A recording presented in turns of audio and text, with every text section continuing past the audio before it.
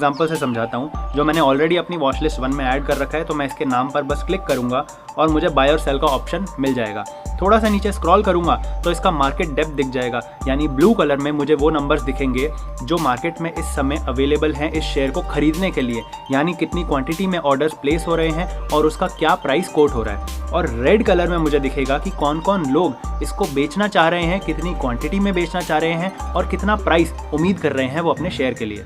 नीचे थोड़ा सा स्क्रॉल करूंगा तो यहाँ पर मुझे फंडामेंटल्स दिख जाएंगे इसके, यानी रेशोज दिख जाएंगे। टेक्निकल्स पर क्लिक करूंगा तो इसका बेरिश और बुलिश स्कोर चेक कर सकता हूँ, और स्टॉक रिपोर्ट्स पर क्लिक करूंगा तो इसकी इन डेप्थ स्टॉक रिपोर्ट भी मुझे मिल जाएगी।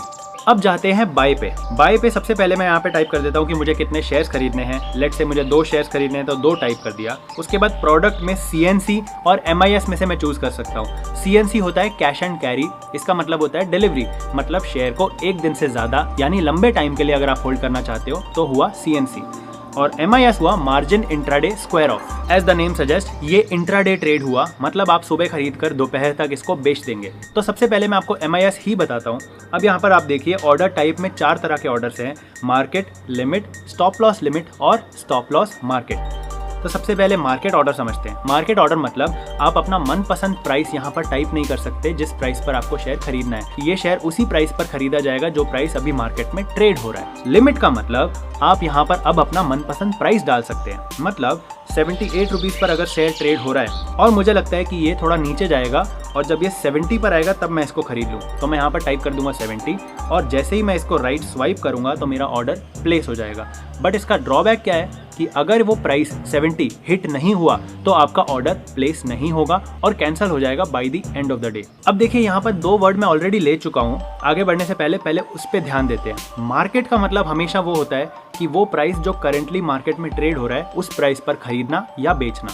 लिमिट का मतलब हमेशा वो होता है कि आपके मनपसंद प्राइस पर ही खरीदा या बेचा जाएगा और अगर वो प्राइस हिट नहीं हुआ तो ऑर्डर प्लेस नहीं होगा। तो आपको ये 2 वर्ड के मतलब समझ आ जाने चाहिए।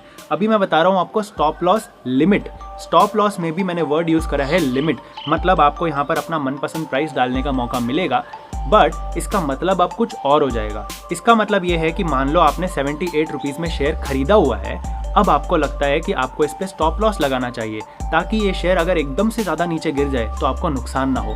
तो आप क्या करेंगे, 78 में अगर आपने शेयर खरीदा है तो उससे नीचे आप डिसाइड कर लो कि कितना लॉस आप झेल सकते हो और एक लोअर प्राइस यहाँ पर टाइप कर दो। जैसे मुझे लगता है कि 70 तक आएगा तो ये शेयर बिक जाना चाहिए। और देखिए नीचे आपको ट्रिगर प्राइस डालने का भी ऑप्शन मिलता है। अभी ट्रिगर एक और नया वर्ड है, वो क्या होता है वो समझते हैं। मैंने ट्रिगर में यहाँ पर टाइप कर दिया 73। इसका मतलब क्या हुआ कि शेयर अभी ट्रेड हो रहा है 78 पर, बट जैसे ही 73 यानी ट्रिगर हिट होगा तो मेरा ऑर्डर एक्टिवेट हो जाएगा और स्टॉक एक्सचेंज के पास चला जाएगा। उसके बाद मेरा ऑर्डर सिर्फ इंतज़ार करेगा कि जैसे ही ये 70 पर आए तो मेरा स्टॉक बिक जाएगा। तो यहाँ पर ट्रिगर का मतलब ये हुआ कि आपका ऑर्डर प्लेस तो हो जाएगा बट आपका ऑर्डर इनएक्टिव रहेगा जब तक कि ट्रिगर प्राइस अचीव ना हो। जैसे ही ट्रिगर प्राइस आया आपका ऑर्डर एक्टिवेट हो जाएगा और स्टॉक एक्सचेंज के पास चला जाएगा, पर फाइनली वो एग्जीक्यूट होगा 70 पे, यानी जो प्राइस आपने यहाँ पर डाला है उस पे। अभी स्टॉप लॉस मार्केट की बात करें तो यहाँ पर मैंने वर्ड यूज़ करा है मार्केट, मतलब आप अपना मनपसंद प्राइस नहीं डाल सकते। और देखिए जैसे ही मैं SLM पर क्लिक करूँगा तो मैं अपना मनपसंद प्राइस वहाँ पर नहीं डाल सकता, मैं यहाँ पर सिर्फ ट्रिगर डाल सकता हूँ। अभी ट्रिगर में मैं डाल देता हूँ 73।